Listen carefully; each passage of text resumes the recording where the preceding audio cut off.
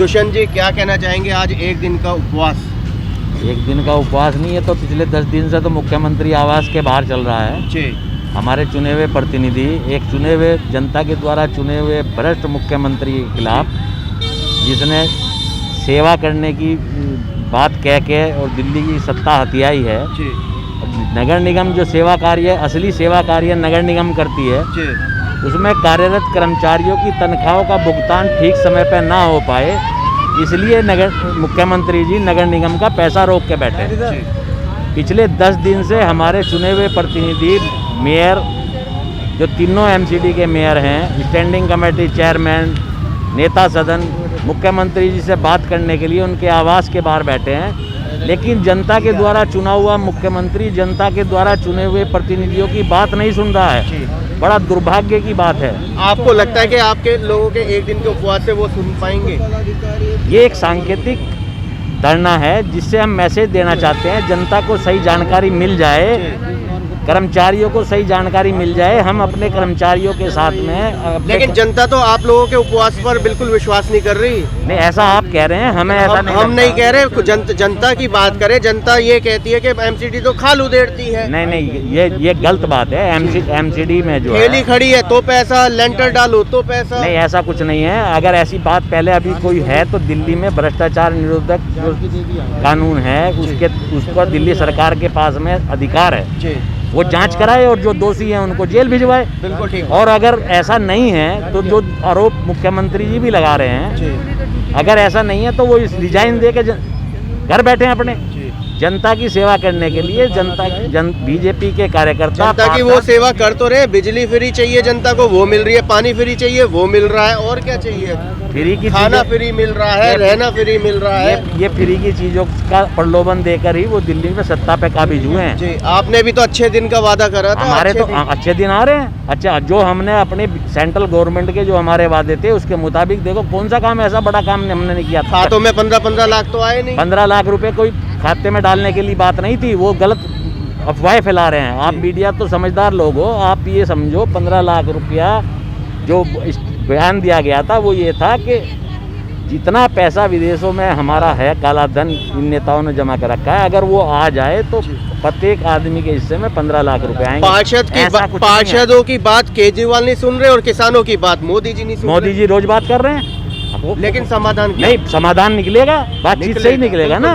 बातचीत से। आप क्या कहना चाहेंगे आज के एक दिन के उपवास? दिल्ली के मुख्यमंत्री से मांग करते हैं कि जो एमसीडी का बकाया 13,000 करोड़ रुपए वो जल्दी से जल्दी रिलीज करे, ताकि निगम के जो सफाई कर्मचारी हैं, डॉक्टर्स हैं, या उद्यान विभाग के जो कर्मचारी हैं, या और भी डिपार्टमेंट के कर्मचारी हैं, उनको तनख्वाह मिले ताकि उनका परिवार ठीक से चल सके।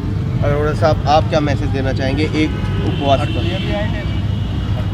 देखिएगा, ये जो आज हमारा एक दिवसीय उपवास का कार्यक्रम है, ये केवल और केवल इस गूंगी बहरी अंधी सरकार को जगाने के लिए एक शांति की उपवास है। जी।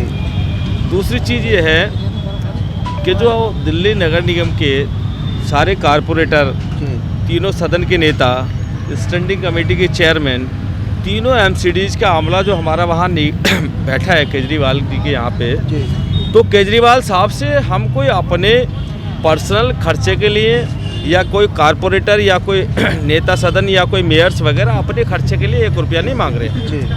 हम केवल और केवल दिल्ली के मुख्यमंत्री केजरीवाल जी से एक निवेदन करने के लिए वहाँ गए थे कि केजरीवाल साहब, जो दिल्ली की 2 करोड़ जनता जो आज नगर निगम को पैसा नहीं मिलने के कारण जो त्राहिमाम मचा हुआ है, तो हम केवल और केवल मुख्यमंत्री जी को यह अवगत कराने गए थे कि केजरीवाल साहब, आप हमारा 13,000 करोड़ रुपया तीनों निगम का दे दीजिए, ताकि हम निगम को सुचारू रूप से चला सकें। नंबर 1। नंबर 2, आपने अभी कहा था कि 15 लाख रुपए आपने देने का वादा किया था। मैं आपको राहुल जी बताना चाहता हूँ, 2014 में मोदी जी का उस समय का जो भाषण है, आप उसको निकाल लीजिए। शायद आप वो तो अमित शाह जी ने कह दिया वो जुमला था। ठीक से नहीं, जुमला नहीं था, जुमला नहीं था। आप गलत कर रहे हैं, ये इस तरह नहीं है, जुमला नहीं था। मैं आपको याद दिलाना चाहता हूँ कि देश के यशस्वी प्रधानमंत्री नरेंद्र मोदी जी ने ये कहा था, यदि काला धन वापस आ जाए तो देश के प्रत्येक नागरिक को 15-15 लाख रुपया मिल सकता है। कितना काला धन आया विदेश में? मिल सकता है। मैं आपको जो बता रहा हूँ कितना आया है नहीं आया उसका विषय नहीं, मैं आपकी बात का जवाब दे रहा हूँ कि हमने ये कहा था हमारे देश के प्रधानमंत्री ने कि यदि ये देश में काला धन वापस आ जाए तो देश के प्रत्येक नागरिक को 15 लाख रुपया मिल सकता है।